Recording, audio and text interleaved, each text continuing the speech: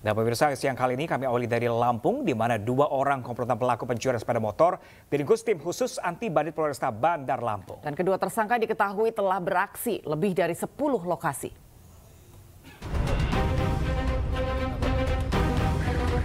Penggerebekan yang dilakukan petugas dari tim khusus anti bandit Polresta Bandar Lampung berlangsung di Desa Tebing Melinting, Kabupaten Lampung Timur. Petugas mengepung rumah komplotan pelaku curanmor yang sudah beraksi di lebih dari 10 TKP di Kota Bandar Lampung. Dalam drama penangkapan, petugas sempat dikelabui salah seorang pelaku yang bersembunyi di dalam kamar mandi rumahnya. Bahkan pelaku sempat berbohong kepada polisi. Tak mau target buruannya lepas, petugas kemudian menggelandang pelaku untuk menunjukkan keberadaan rekan lainnya. Dari lokasi awal penangkapan, petugas kemudian menggerebek rumah pelaku lainnya yang berjarak hanya 500 meter. Mengetahui kedatangan polisi, komplotan pelaku curanmor ini berupaya melarikan diri dengan berlari ke belakang rumah. Namun langkah pelaku terhenti setelah petugas memberikan tembakan peringatan. Pelaku akhirnya berhasil ditangkap dan digelandang ke Mapolresta Bandar Lampung guna dilakukan penyidikan lebih lanjut. Kedua pelaku berhasil ditangkap bernama Aji Ridwan, 32 tahun, dan rekannya Suhaili, 27 tahun, warga Desa Tebing Melinting, Lampung Timur. Keduanya masuk dalam target penangkapan polisi sejak 3 bulan terakhir setelah teridentifikasi melalui rekaman kamera pengawas CCTV mencuri sepeda motor di sejumlah lokasi indekos dan minimarket di Kota Bandar Lampung. Modus dari mereka yaitu mencuri kendaraan bermotor khusus menyasar rumah kos-kosan dan Indomaret dan minimarket. Nah, modusnya dengan cara menggunakan letter T, mengambil kendaraan, mematahkan kunci leher dan membuka dengan kunci letter T. Ya kalau kondisinya aman, ambil Pak. Ambil? Ya. Oh, sehari bisa berapa kali ngambil motor? Satu Pak. Ada yang 2 Pak. Ada yang 2? Iya Pak. Selain berhasil meringkus komplotan pelaku curanmor ini, polisi juga menyita sepeda motor dan peralatan mencuri lainnya yang digunakan pelaku saat beraksi. Untuk mempertanggungjawabkan perbuatannya, komplotan pelaku curanmor ini kini mendekam di ruang tahanan Mapolresta Bandar Lampung. Polisi menjerat mereka dengan pasal 363 KUHP tentang pencurian, serta terancam hukuman pidana selama 7 tahun penjara. Dari Bandar Lampung, Ruslan AS, iNews melaporkan. Pemirsa, bagi Anda yang menggunakan kendaraan, segera patuhi aturan berlalu lintas. Karena tidak hanya di ibu kota, kini tilang manual juga akan diberlakukan di Sidoarjo, Jawa Timur. Ya pemirsa, alhasil puluhan pengendara terbukti melanggar dan dikenakan sanksi tilang. Puluhan pengendara yang menyalahi aturan berlalu lintas mau tidak mau terjaring petugas di kawasan Bundaran Taman Pinang, Sidoarjo. Kebanyakan pengendara yang mendapatkan tilang manual adalah pengendara bermotor. Salah satunya seperti seorang pelajar yang kedapatan melanggar. Bahkan pelajar tidak berhelm ini pun menangis karena kebingungan tidak bisa membawa kembali kendaraannya karena ditahan dan diamankan polisi. Kenapa? Takut? Bingung. Hah? Bingung hubungi orang tua, nggak bawa apa-apa. Tadi mau kemana pakai sepeda motor? Biasanya nggak ada polisi ya? Biasanya nggak ditindak polisi? Ada polisi tapi nggak nyegat.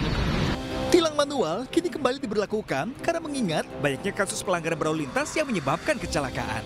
Untuk penerapan tilang manual di wilayah hukum Polresta Sidoarjo sudah kita terapkan karena setelah dievaluasi terjadinya peningkatan dari pelanggaran lalu lintas, khususnya pelanggaran-pelanggaran yang tidak terekam oleh Maka tidak heran banyak pengendara terkejut dengan adanya penindakan tilang manual. Bahkan tidak sedikit pelanggar yang nekat putar balik lawan arah untuk menghindari petugas. Dari Sidoarjo, Jawa Timur, Pramono Putra, iNews melaporkan. Pemirsa, seorang pekerja bangunan di Palangkaraya, Kalimantan Tengah kritis usai tubuhnya tersengat oleh listrik. Korban mengalami luka bakar dan dilarikan ke rumah sakit.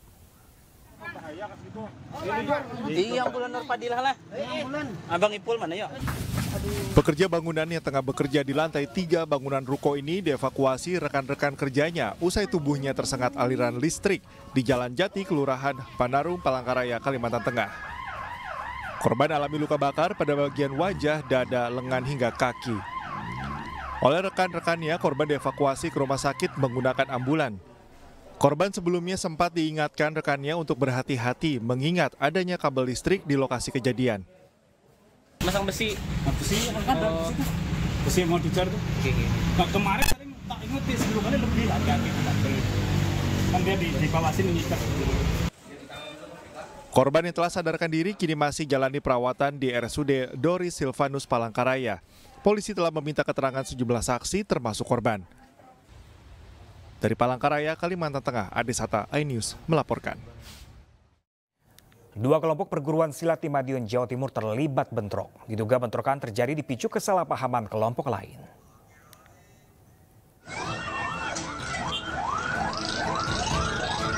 Bentrokan antara dua kelompok perguruan silat pecah di Jalan Trunojoyo, Madiun, Jawa Timur, Minggu sore. Massa saling serang dan melempar batu. Bentrokan membuat khawatir warga sekitar dan mengganggu arus lalu lintas. Polisi berusaha menghalau kedua kelompok agar tidak saling mendekat. Bentrokan bermula ketika salah satu kelompok perguruan silat berkonvoi dan melintasi lokasi yang menjadi basis kelompok perguruan silat lain. Tiba-tiba terjadi gesekan antara kedua kelompok tanpa alasan yang jelas. Sementara kami masih menunggu laporan dan sampai malam ini dan alhamdulillah ini tidak ada fatalitas dari kedua belah pihak. Hingga Minggu malam kondisi di lokasi bentrok relatif kondusif. Meski demikian, aparat kepolisian dan TNI masih bersiaga untuk mengantisipasi bentrokan susulan. Tidak ada kerusakan maupun korban akibat bentrokan tersebut. Dari Madiun, Jawa Timur, Arif Wahyu Effendi, iNews melaporkan. Tawuran dua kelompok warga terjadi di kawasan Cipinang Besar Utara, Kecamatan Jatinegara, Jakarta Timur. Dua kelompok warga ini saling serang menggunakan batu dan senjata tajam. Kaca sejumlah rumah dan toko pecah, sementara satu sepeda motor hangus dibakar.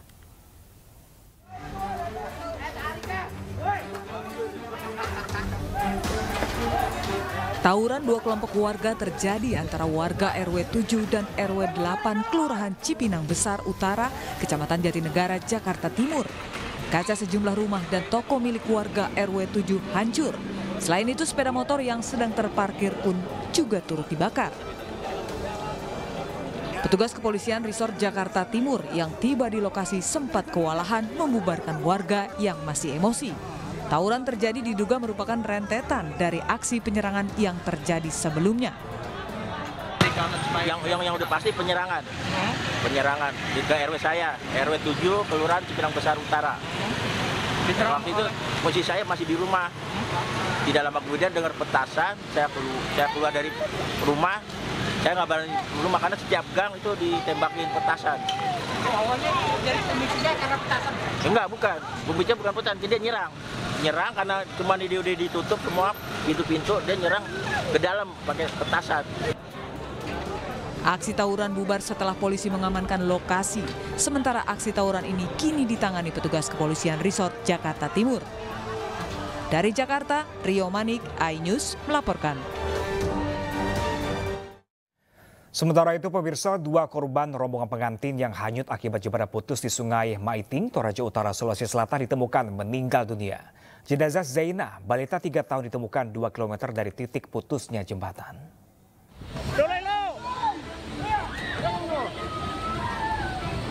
Jenazah Zaina, balita 3 tahun ini ditemukan mengapung dan langsung dievakuasi tim gabungan pada hari Minggu.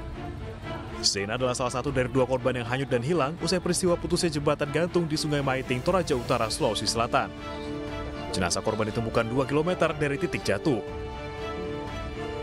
Jenazah Zaina kemudian dibawa ke Puskesmas Ringdingalo dan disambut isak tangis keluarga.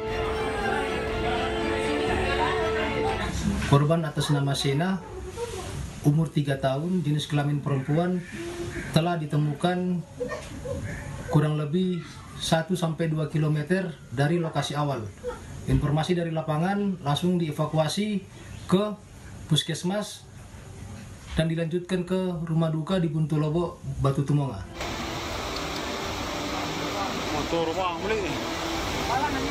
Sehari sebelumnya, jenazah korban lain bernama Adolfina, 50 tahun, ditemukan terhimpit di antara batu sungai 3 km dari titik jatuh.